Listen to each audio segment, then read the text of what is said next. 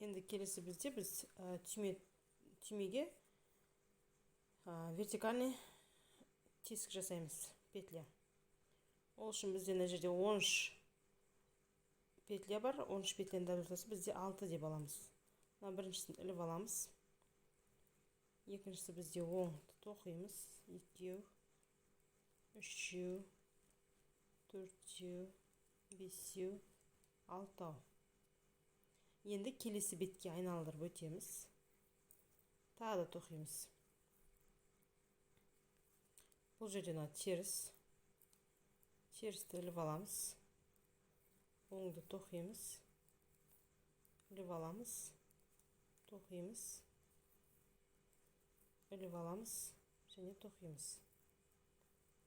Келесі айналымға өтеміз. Дәл бағанағыдай 6 петляны тоқимыз.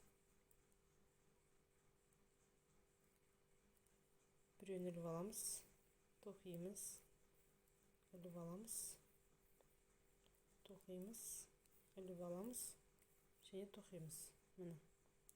Енді келесі айналымға өту үшін біз мына жерден 3 ілмектер аламыз. 1, 2, 3. Өйткені біз 3 айналым жүрдік. Былай 1, былай 1, 2, 3. Енді бұл жерде терісті іліп аламыз.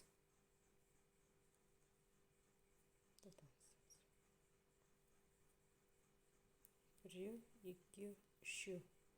Терісті тоқимыз бұл жерде қазір. Оңды да тоқимыз. Келесі терісті іліп аламыз. Тоқимыз. Іліп аламыз. Тоқимыз. Соңғы бізде терісті тоқып өтеміз. Келесі айналымға өтеміз. Бұл жерде терісті іліп аламыз. Оңды тоқимыз. Терісті іліп аламыз. Оңды тоқимыз. Терісті іліп аламыз. Оңды мына жерде немен қосып бірге тоқимыз. Бағана 3 ілмек іліп алдық қой. Міне. Қайтадан мына бетке өтеміз. Бұл жерден терісті біз іліп алып отырамыз. Оңды тоқимыз. Терісті іліп аламыз. Оңды тоқимыз. Терісті іліп аламыз. Келесі екінші айналым бізде. Екінші айналымды тағы да қосып тоқимыз. Бұл жерде теріс екінші айналымды.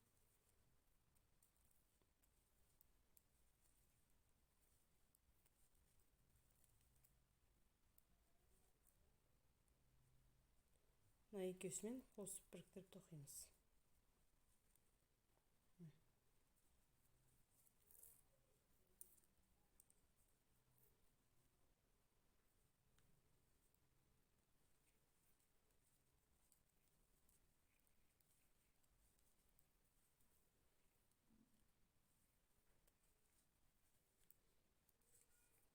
Соңғы айналым қалды бізде.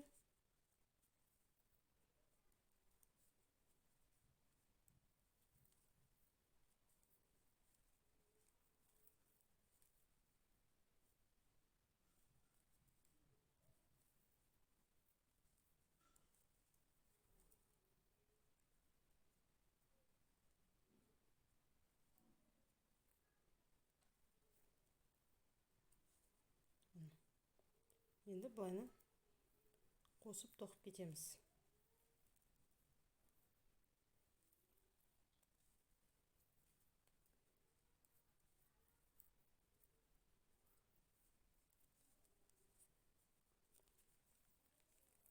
Енді біз бәрін полный тоқып өтеміз, сосын мен сіздерге көрсетемін.